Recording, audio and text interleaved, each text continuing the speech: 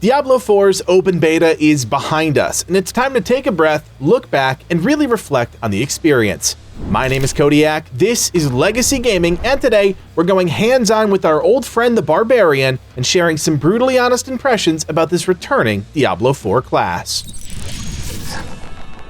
The Barbarian is classic, debuting back in Diablo 2, returning in Diablo 3, and making its latest appearance in Diablo 4.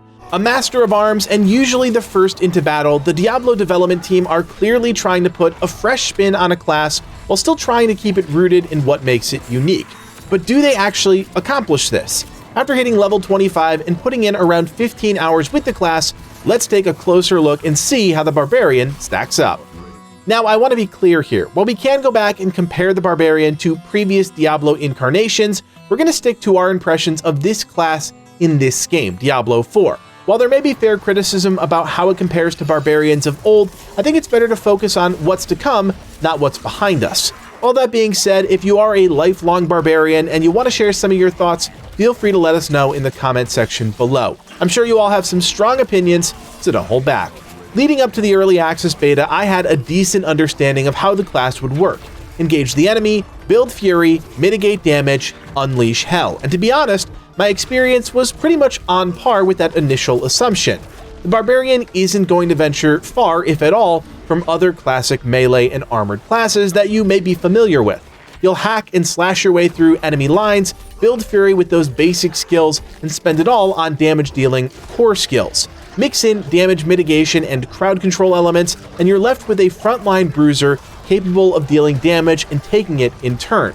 All these things lined up with my initial assumptions. Now let's touch on a few core aspects the Barbarian does well. For one, the basic skills do a great job building that all-important Fury resource. I never felt like I was lacking enough Fury to follow up with a core skill to deal some serious damage.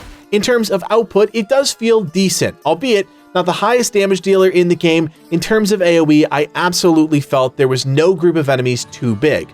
With a full Fury pool, I was able to plunge headfirst into the chaos and obliterate almost any number of enemies in front of me.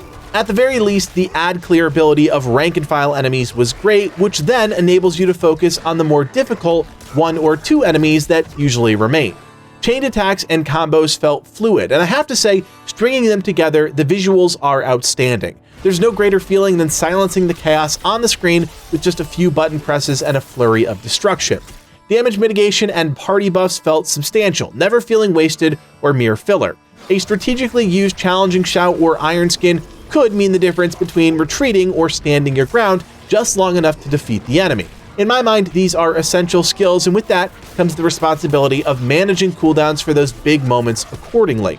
Finally, while not the fastest class in the game, the skills did feel responsive. When I clicked the button, something happened. It was visceral, and it felt meaningful and impactful. This was especially true when I needed to turn the tide and render my enemies useless. Tapping into something like a charge or leap, I found myself using these both as crowd control and as mobility options. Being a true melee class means there is next to no ranged gameplay here. I found it difficult to find that sweet spot between too close and not close enough, especially when it comes to fighting individual bosses. And this is where I struggled, solo boss encounters. Now this could very well be a case of just needing to get good, but I did feel that I wasn't doing substantial single target damage regardless of my build, even at this early point in the game. My bread and butter was large groups. Add in the lack of regular mobility, and it was often a recipe for repeat disaster. On top of that, it also feels terrible to play a slow melee class fighting mobs that are designed to run away from you. I'd also say that in the very early game, in the first 10 to 15 levels, there was an issue of sustainability, but as soon as I secured a few pieces of meaningful gear, things did start to level out. Now I get that the whole point of this game is gear and character progression, but getting over that early game hump, even on the veteran difficulty, World Tier 2, was extremely punishing, which could be a turnoff for more casual players. I just couldn't seem to get things rolling. Once the gear started flowing and I unlocked a few defensive skills, things turned around, but it didn't feel great up until that point. Let's touch on the Barbarian's unique class mechanic, the Arsenal system. I absolutely love this mechanic and the way it influences the gameplay. In short, the Arsenal system allows the Barbarian to equip 4 unique weapons: a two-handed bludgeoning, a two-handed slashing, a main hand, and an offhand. Various skills will use one of these weapons, and depending on the skill, a specific weapon can be assigned for use when activating the skill. For example, one of my basic skills, Bash, will use a weapon to damage and stun an enemy for 1.25 seconds. However, if I assign a two-handed weapon, the stun will last for 2 seconds. Furthermore, the enhanced version of the skill effect will double if using a two-handed weapon. Damage is also modified based on your weapon choice, and these numbers will dynamically change on the skill as you choose different weapons. All in all, I really love the way they implemented this system, allowing you to benefit from all 4 weapons almost constantly.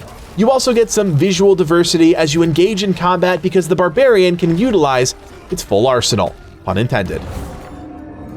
Like I mentioned earlier, the early solo content was a bit of a slog, but things did pick up after about level 15. At this point, I'd unlocked my mitigation skills and got my hands on some decent gear.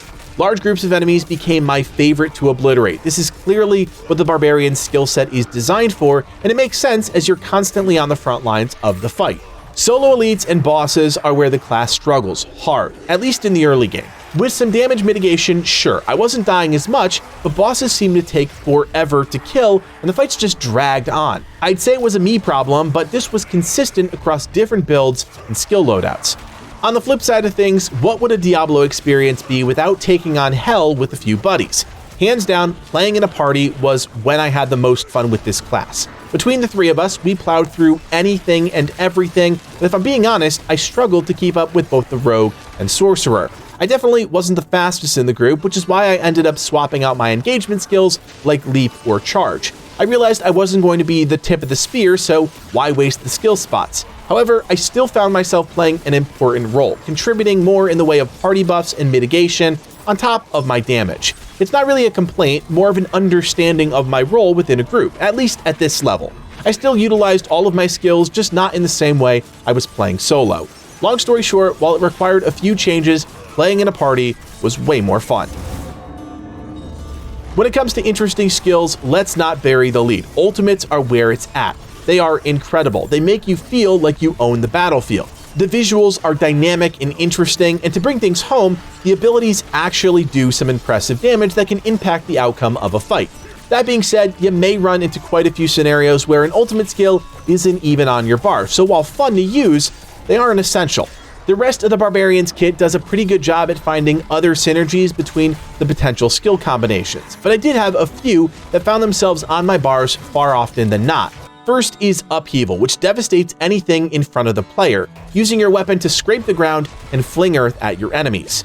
Challenging Shout is another one, a staple of my build, especially in solo boss content, but really, it's just a free 40% damage mitigation and taunt. This got me through some really dicey encounters. And more often than not, I'd slot Charge, simply as a way to engage and apply Vulnerable to enemies before laying into them with other attacks and combos.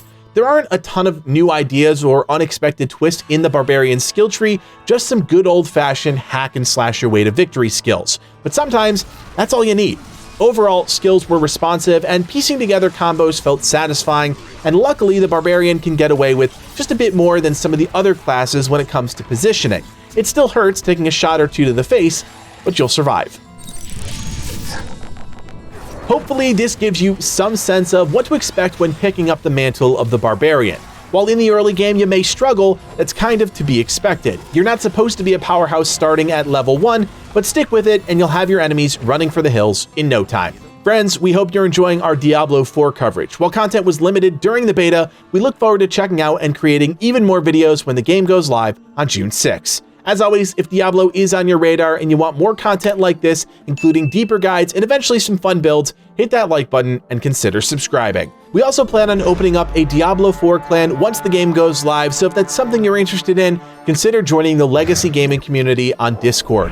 Our open beta clan filled up in one day, so keep an eye on chat and be sure to stay tuned for more information come launch. My name is Codiak, and from everyone here at Legacy Gaming, thanks for watching and play on.